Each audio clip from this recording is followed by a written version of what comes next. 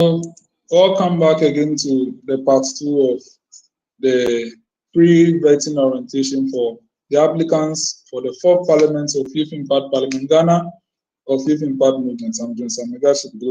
So I've spoken on some important things. I spoke on the structures of YIP in the first part, the vetting model. I spoke on that as well. The confirmation of seats, I spoke on that as well. Before you be confirmed, you have to pay the 100 cedis and then you are being confirmed. And then the inaugural arrangements, the inauguration is slated for 10th August 2024, and then subsequent activities as well. So please try and then come for sittings. Sittings will be held every month, but at the time that the Senate will sit, it will be a virtual sitting for the House. Any month that the Senate will sit, it will be a virtual sitting for the House. But some other occasions, instead of the Senate sitting differently, we will hold a joint sitting. So on this note, I want to thank you very much for listening to me. And I'll now call on our Deputy Executive Director of Youth Impact Movement in charge of Parliamentary Affairs and also Youth MP for Ningo Pram Pram, the Honorable Amanor Dina, to give his remarks on the pre-vetting orientation. Amanor, the floor is yours. Okay, thank you very much, Honorable Jones, for the opportunity, and I want to thank all those who have made time to join us this evening on our pre-vetting orientation. Jones has said it all, but I just want to add something to you. I don't know, I'm sure maybe we have new applicants on the call, and we all equally have old MPs also. With the old MPs, I'm sure probably you can attest to the fact that maybe a year ago or 2 years ago, when you were about joining, we made mention of the same things Jones has said. That has to do with the benefits and the like.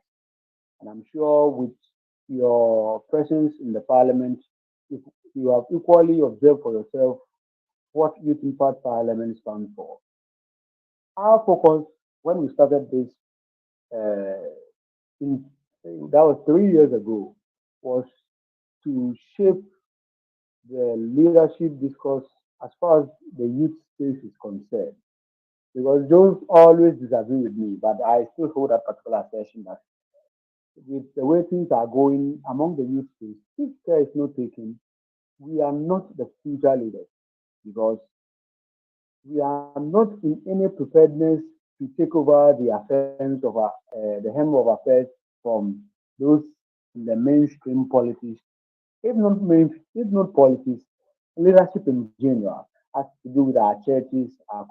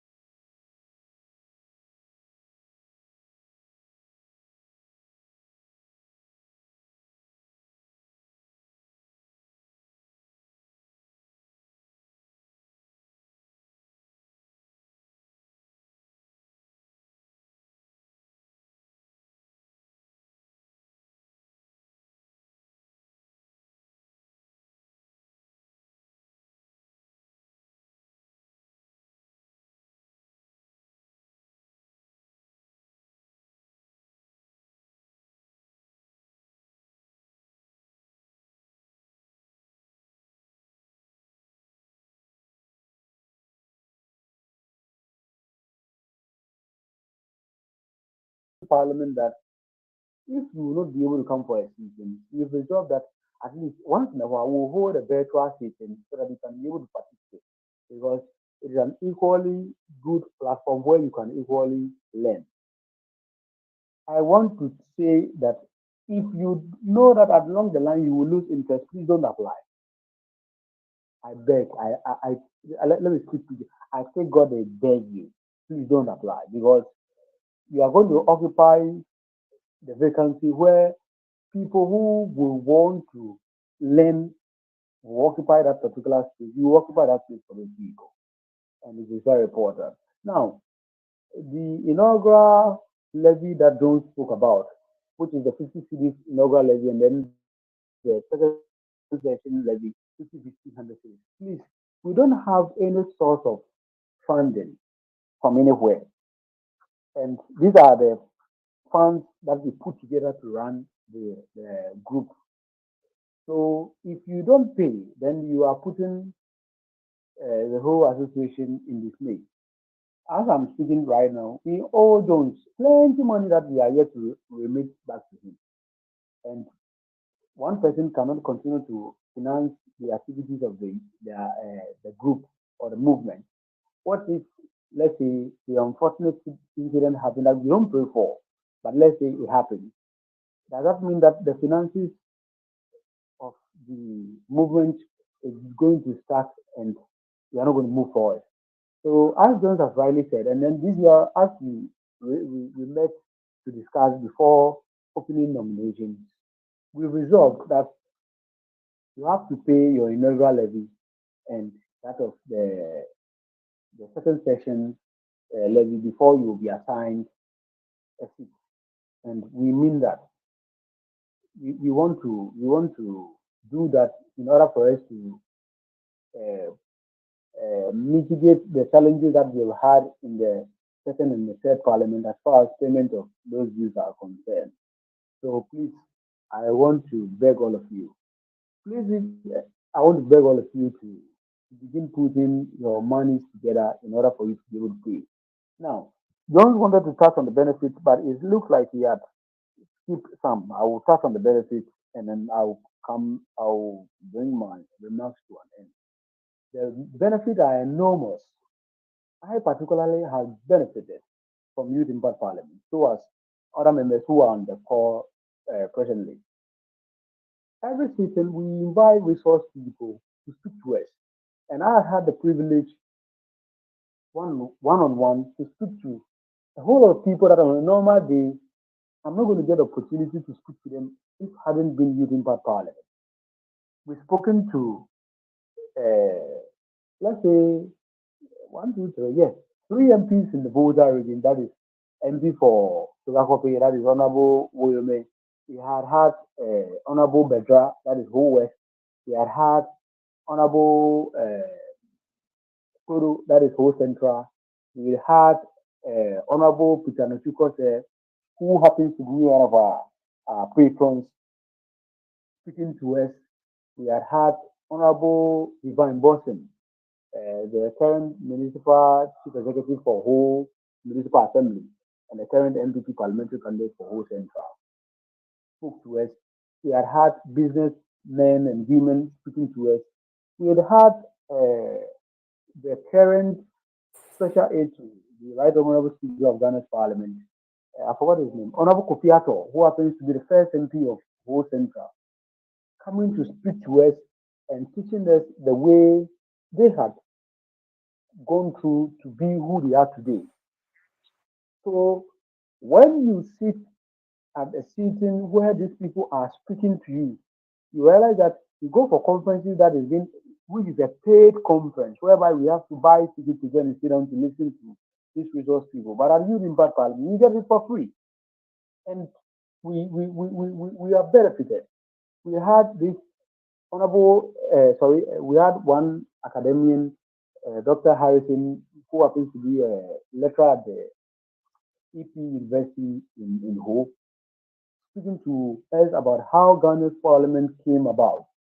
And he had donated books that he has written as far as Ghana's parliament titled How Parliament Works.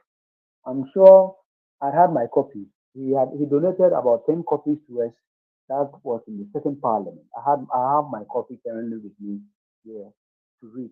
So you realize that shaping the political discourse going forward, Youth Impact Parliament is the best place to be. I'm a member of some youth parliaments that I would not like to mention in the call because I don't want to give them, I don't want to do advertisement for them. But we are way, way, way, way ahead of them.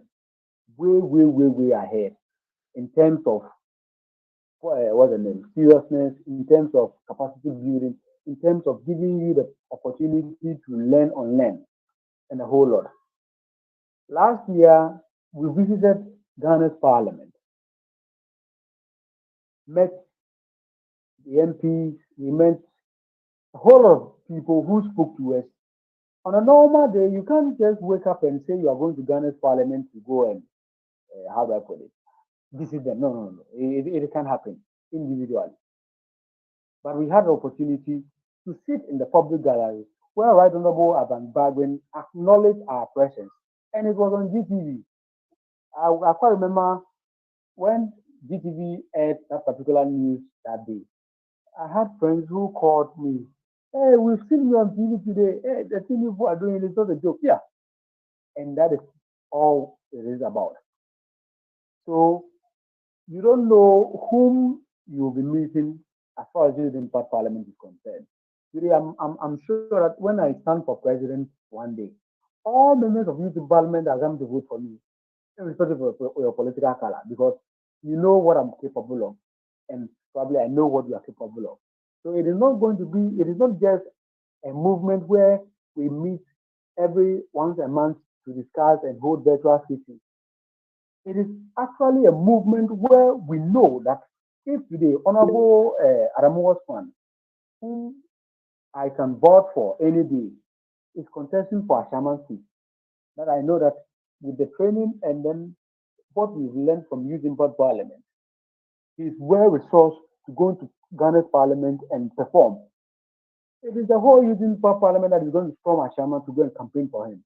And that is what we intend to do going into the future.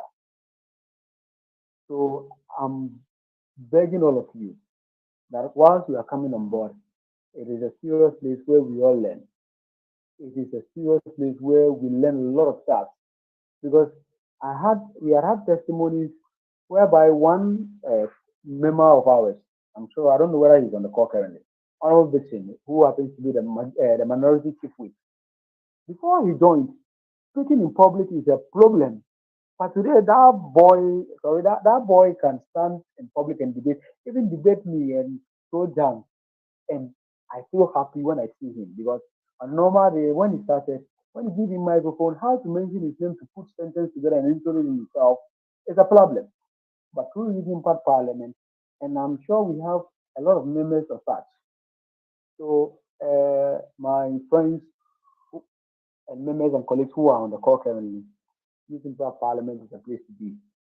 We've been we've paid our dues as far as the 3 years that we've been in existence is concerned, and we have made impact as far as our movement is concerned. I say this and I'll say it every now and then. Maybe what we are doing in Youth Impact Parliament, some of us are not going to end it at Youth Impact Parliament. I will repeat that again. We will not be ending what we are doing in Youth Impact Parliament. We will not just end it at Youth Impact Parliament. One day I would like to contest the 6th Mingo Pampam constituency as the MP. And what they do in Parliament is of no different of what we do here. Just that ours don't have the political side where you see the NPP, NDC fighting, though sometimes we do debate on national issues on mutual basis and friendly ways. That is the only difference. But when it comes to taking statements, reading votes and proceedings and official reports, working at the committee level where issues of national interest is being brought up for discussion, and the committee chair is to present a statement on the floor of parliament. So when you learn all this at this level, when you are being voted as an MP in the future, which I'm very sure that majority of us are going to venture into that particular place, when they vote into parliament, with the training that you have from Youth Impact Parliament, with the MPs coming to speak to us, with all the resource people who come to speak to us, you are already enlightened about how Parliament works. So it is not going to be a new ground for you. So it looks like hard training, easy battle. So we are having our hard training right here. That when we get there, it may not be necessarily being going to Parliament, but one way or the other, maybe you may become a party executive one day. Maybe one president may come one day and appoint you as CEO, a minister. Your village people can appoint you to be, can maybe if you are from a royal house, they may what they may ordain you as a chief in your village. From what you've learned from here and the like, it already had already equipped you with a lot of stuff that we are going to make your people proud and serve them very well. So at this inaugural, the pre-vetting orientation, I'm putting this across so that it will ginger you. If you have friends and colleagues whom you want them to join, you can equally share the news to them. The good news is that we don't sell our forms as compared to how other youth parliament does here. You pay hundreds of Ghana cities in order to join them. And when you join them, you don't get the opportunity to meet as frequent as you meet. You don't get the opportunity to visit parliament. You don't get the opportunity to meet as many as for the name, resource people to come and speak to them. So, my colleagues and friends on the call currently, I'm pleading with all of you to join. And when you join, please join with all seriousness because we are not going to bend the rules for anybody. My own friends, I've had friends in the second parliament who were members, and I have to move motions against them for their removal. And they were removed, about 28 of them. My good friends, they were very good friends of mine that we worked together with them when we were at the SRC. But the laws are laws. And when you are dormant, it kicks you out. And when I'm equally dormant, they will kick me out. And I have not said this anywhere, but I will say this. In I moved out when I moved from home. The only sitting that I was able to attend was the inaugural sitting in August. So that was September, October, November, December. I was away, so I was not able to attend sitting. My own people started pushing agenda for my removal. So quickly in January and February, I have to run and come for sitting. I have to come from Accra and attend sittings so that I can be able to meet the requirement for the number of sittings that will not that will not pave way for the removal. So that is how it works. So the laws works in Youth Impact Parliament. On that note, I welcome you all, especially those who are new and who are about to join us. I welcome you all, and then to the old members who have been doing well. I'm sure some of them are not on the call currently, but we appreciate all of you for your time and the commitment that you've shown to Youth Impact Parliament since its inception to now.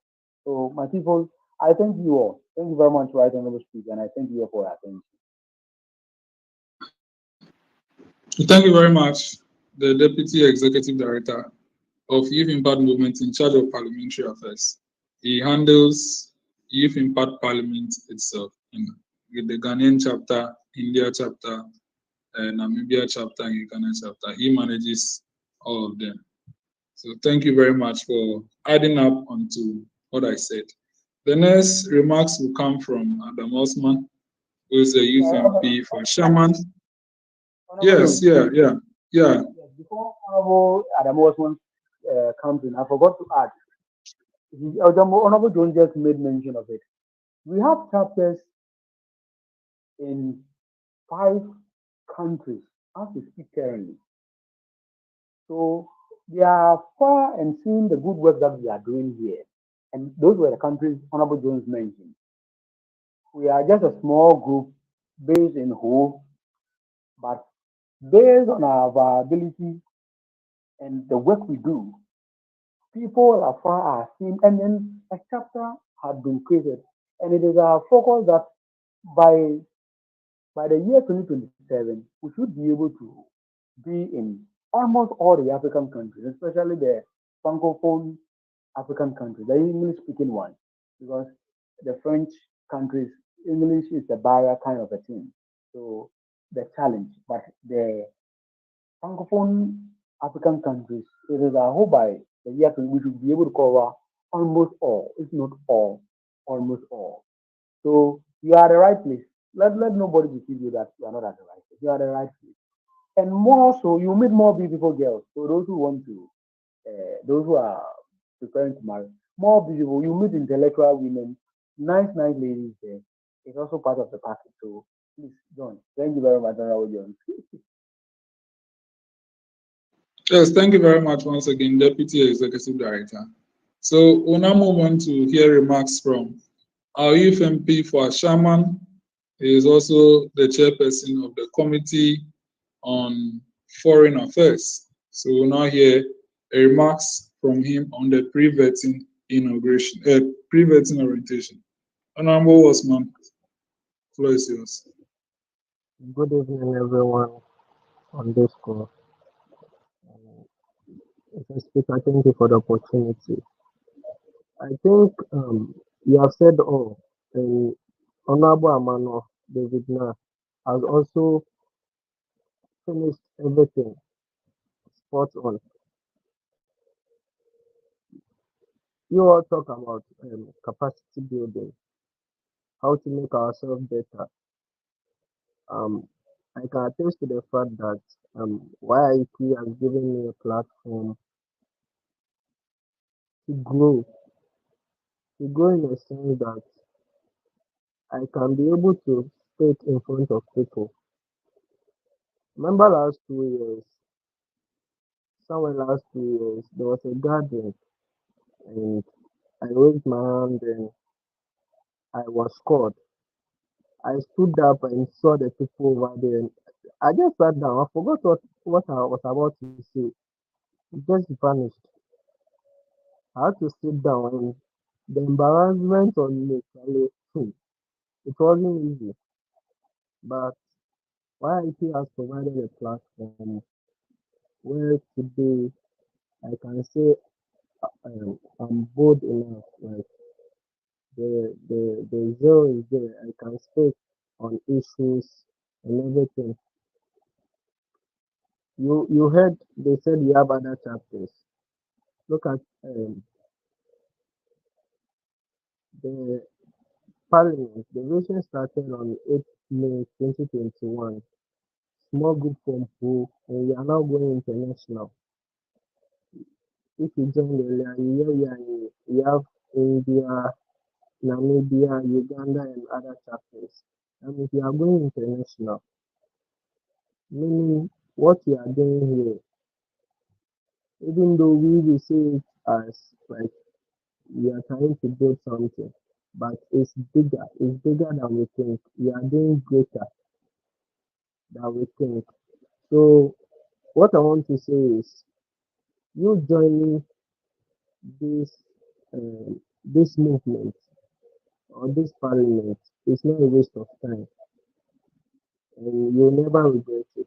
The only thing is just avail yourself, be honest, all what is, is to take away. Learn because this is a platform where you learn a lot. I grow in I grow in affairs of parliament through this platform. I can be able to say I know how parliament works, the operations of parliament, and I can boast and say that if today I'm elected as MP for Ashaiman, I can deliver. And I know some years to come, I'll win and I'll go to parliament as an MP. The form is free, so I believe all of you here have filled the form. It's free, doesn't mean it doesn't have value. You know the economic situation in the country. That's why the form is free. But it doesn't mean you should take it for granted. You could hear Honorable Amanor say, he said, when you are dormant, you'll be booted out. It's true, you'll be returned to the privileges committee and you'll be booted out. So, members, please take note, avail yourself for the vetting too. You should avail yourself for the vetting. Seriousness investing. That's how we will know whether you are serious, you are ready to present yourself when allocated a constituency. So you should also pay the levy, which is endless to this, because YIP doesn't have any source of income. It's a non-profit making, but our money comes from this kind of payment dues. So you should fulfill your financial obligations. Other source of revenue can be donations, but donation doesn't come like that. It's once a while. So it's our own money. The bill that we contribute, that's what we use to run the organization. So please and please, when you are giving after the vetting, please fulfill your financial obligations to the house. When you allocated the constituency, then we all meet on the 10th of August to inaugurate the house. When you come, you feel it. You see that the house is a well composed house. There's a lot to learn from, and you should harness and learn more from the house. With these two words, thank you, Mr. Speaker.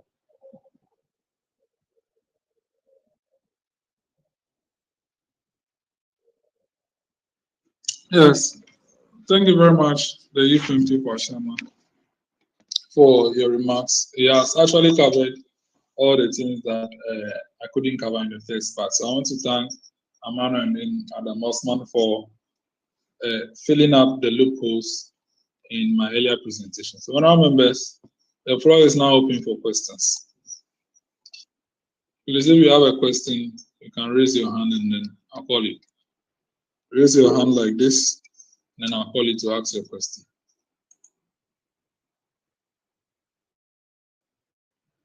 Yes. The floor is open for questions.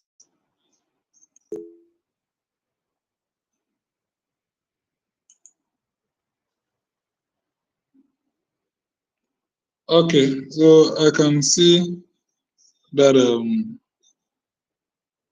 is it Melanie? Yes, I can see that you have a question. Please, you are free to ask your question.